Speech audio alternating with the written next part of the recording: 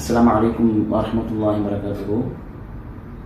இந்து மக்களுடைய எண்ணிக்கை குறைந்து விட்டது, முஸ்லீமுடைய எண்ணிக்கை அதிகரித்து விட்டது அப்படின்னு சொல்லி செய்திகள்லாம் போடுறாங்க. அதை சார் நிவாரணம் நடத்துகிறாங்க. இந்த கணக்கெடுப்பை அவங்க எப்போ எடுத்தாங்க? இது எப்போ எடுத்த கணக்கெடுப்புனா உடனே வெளியிடமா இல்லையா? 2024 எலெக்ஷன் நேரத்தை நீங்கள் எடுத்தீங்களா? எப்போயோ எடுத்த கணக்கெடுப்பை 2024 தேர்தலில் பப்ளிஷ் பண்றதுக்கு என்ன காரணம்? நியூஸ் சேனலும் இது உடனே இருக்கிறது. என்ன சொல்ல வரீங்க? இதுல பார்த்தீர்களா? ரெடி ஆகுங்கள், முஸ்லிம்கள்லாம் அதிகரிச்சுட்டாங்க, இந்துக்கள் குறைஞ்சிக்கிட்டே வருது, எனவே ஓட்டு போடுங்க அப்படிங்கிற நோக்கமா? மறைமுகமா என்ன சொல்ல வர்றீங்க?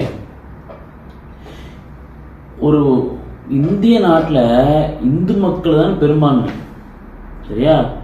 அல்லது இந்து மக்களுடைய பெயர் கொண்டவர்கள் தான் பெரும்பான்மை, முஸ்லீம்கள்லாம் மைனாரிட்டி தான். ஒரு பேச்சுக்கு இந்தியாவில் ஒரு 200 கோடி இருக்குன்னு வச்சுக்கிடுவோம். 200 கோடியில 150 கோடி முஸ்லீம் ஆயிட்டாங்களா? என்ன மாதிரியான ஒரு நோக்கம், கேவலமான ஒரு செயல் இது.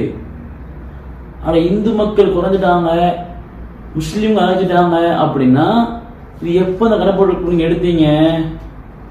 எப்போ எடுத்த கணக்கெடுப்பு நீங்க எப்போ சொல்ல வர்றீங்க இந்த கணக்கெடுப்ப? அப்படியானால் இந்த கணக்கெடுப்பின் மூலமாக சொல்ல வர செய்தி ஒண்ணு, அது இந்த நேரத்தில் எடுக்கணும் தேவை, அதை வச்சு ஒரு வேலையை பார்க்கணும். அதானே ஏற்கனவே எலெக்ஷன் அந்த மிஷினரி இடத்துல கேமரா, சிசிடிவி கேமரா ஒர்க் ஆக மாட்டேங்குது அப்படின்னு சொல்லி அதுக்கும் போயிட்டு இருக்குது. நடக்கக்கூடிய ஒவ்வொரு செயல்களையும் இந்திய நாட்டு மக்கள் மட்டுமல்ல, உலகமே பார்த்துட்டு தான் இருக்குது. நீங்க பண்றத கொஞ்சமாச்சு மாதம் கரெக்டா தேர்தல் நேரத்தை அதுக்கு கணக்கெடுப்பு எடுக்கிறீங்களா? கரெக்டா தேர்தல் நேரத்தை கொடுக்குறீங்க நீங்க. அதை வச்சு அப்ப ஒரு பத்திரிகையாளர் அந்த ஒரு செய்தியோட என்ன பத்திரிகையில சேகரிச்சு கொடுக்குறாங்க, அப்படித்தானே? அதுல நீங்க போடுறீங்கன்னா என்ன காரணம்? இப்ப அது 1000 ரூபாய் நடந்திருக்கலாம், ஆனா இந்த நேரத்துல பார்க்க நினைப்பாங்க பிக் ஸ்டோரியா. ஒரு மதத்தை ஒருத்தன் பிடிச்சுதான்பா போறான். ஒருத்தன் இப்ப ஒரு ஜிப்ரானா யாரோ ஒரு ஆளு, இசை மியூசிக் டைரக்டர், அந்த ஆள் கூட திரும்ப இந்து மதத்துக்கு போயிருக்கிறாரு. அதுக்காக என்னப்போ அவருக்கு பிடிச்சிருக்கு போறாரு.